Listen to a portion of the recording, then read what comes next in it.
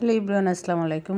নতুন আরও একটি রেসিপি নিয়ে হাজির হলাম। হ্যাঁ লাভলি ভিউয়ার্স, আজ আপনাদের জন্য নিয়ে আসলাম ভর্তার রেসিপি। যে ভর্তাটা করেছিলাম শিলফাটায় বেটে খিচুড়ি ভাতের সাথে পরিবেশন করার জন্য আমি এই ভর্তাটা করেছি। এটা ছিল ধনেপাতা, কাঁচামরিচ, পেঁয়াজ কলি, রসুন, পেঁয়াজ আর টমেটোর ভর্তা। তো ভর্তাটা দেখে বুঝতে পারতেছেন কত লোভনীয়। আজকে আপনাদের সাথে আমি পুরো রেসিপিটা শেয়ার করতেছি। তো সকালবেলা অনেক বেশি ঠান্ডা ঠান্ডা চা নাস্তা খেয়ে একটু ব্যালকনি দিয়ে গিয়ে দাঁড়াতে পারিনি, এত বেশি ঠান্ডা বাতাস। তো চিন্তা করতেছি কী রান্না করব, কী করবো আজকে দুপুরে।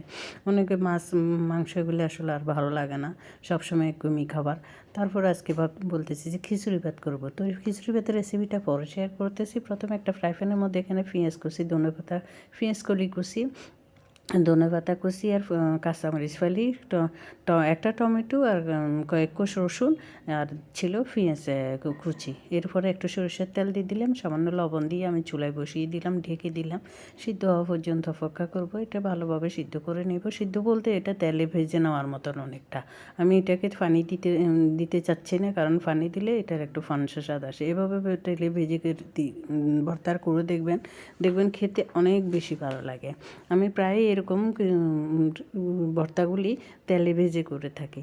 তো এই যে আমার সিদ্ধ হয়ে গেছে, আমার পেঁয়াজ কলি আর ধনেপাতাগুলি ভাজা হয়ে গেছে। এখন আমি শিলফাটা ভালোভাবে ধুয়ে পরিষ্কার করে নিচ্ছি, কারণ এই শিলফাটায় সাধারণত ভর্তাগুলি অনেক বেশি ভালো লাগে। আমরা আসলে শিলফাটা এগুলি এখন কম ব্যবহার করি। এগুলি আসলে ব্যবহার করে মাঝে মাঝে খেয়ে দেখা উচিত, কারণ এগুলির স্বাদ বলার মতো না।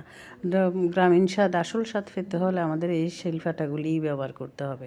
তো শিলফাটা ভালোভাবে ধুয়ে পরিষ্কার করে তারপর আমি ভর্তাগুলি বেটে নিচ্ছি। আমার হেল্পিংয়ে বেটে নেওয়া শেষ। এখানে মাঝখানে একটা গর্তের মতো করে ওইখানে সামান্য তেল দিয়ে দিলাম। তেল দিয়ে ভালোভাবে মিক্স করে নিলাম। আগে আমি লবণ সব কিছু দিয়ে দিচ্ছি, অতএব আমার কিছু দেওয়ার ঝামেলা নেই। সব কিছু বাটা হয়ে গেছে। এখন সুন্দরভাবে শুধু একটা ফেলায় তুলে নেওয়ার অপেক্ষা।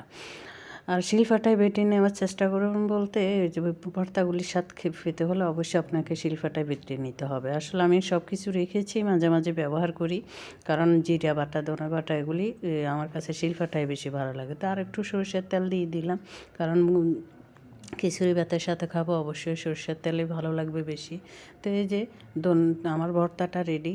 আমার সংক্ষেপে একদম সহজ ভর্তাটা, এই ভর্তাটা সবাই করতে পারবেন। এদিকে খিচুড়ি ভাতও রেডি। খিচুড়ি ভাত রেডি, এখন পরিবেশন করতেছি। আমি খিচুড়ি ভাতটা পরিবেশন করতেছি একটা মাটির প্লেটে। এই মাটির প্লেটে খেতে আমার ছোটো ছেলেটা অনেক বেশি পছন্দ করে। ওর আব্বু ওর বড় ছেলেটা এগুলো অত বেশি করে না, কিন্তু ছোটো ছেলেটা মাটির প্লেটটাতে অনেক বেশি পছন্দ ওর। তারপরে এই যে ভর্তা দিয়ে দিলাম। আর এই খিচুড়ি ভাতটা পরিবেশন করেছিলাম আমি সেদিন ভর্তা দিয়ে, এই ঝাল ঝাল এই ভর্তা, ধনেপাতা শিলপাটায় বাটা ধনেপাতার ভর্তা দিয়ে আর মাছ ভাজি আর সামান্য কাঁচামরিচ দিয়ে দিলাম। আর দিয়ে দিচ্ছিলাম একটু করে মাছের তেল, মাছ ভাজার তেল। এটা ছিল কাতাল মাছ, বড় একটা কাতাল মাছ থেকে আমি কয়েক পিস মাঝখানে ভাজি করে নিয়েছিলাম। তো মাশাআল্লাহ খেতে অনেক বেশি দুর্দান্ত লেগেছিল। এরপরে ছেলেরা আবার আচার খেয়েছে, মিক্স আচার যেটা আছে, মাংসের আচার নেই কিন্তু রসুন আছে, সেই আচার দিয়ে খেয়ে নিয়েছে। তো আলহামদুলিল্লাহ খেয়ে সবাই অনেক খুশি। তো সবাই এরকম মাঝে মাঝে করে দেখবেন। কেমন লাগলো আমার আজকের ভিডিও? যদি ভালো লেগে যায় তাহলে একটা ফলো দিয়ে যাবেন। আল্লাহ হাফেজ, আসসালামু আলাইকুম, শুভরাত্রি সবাইকে।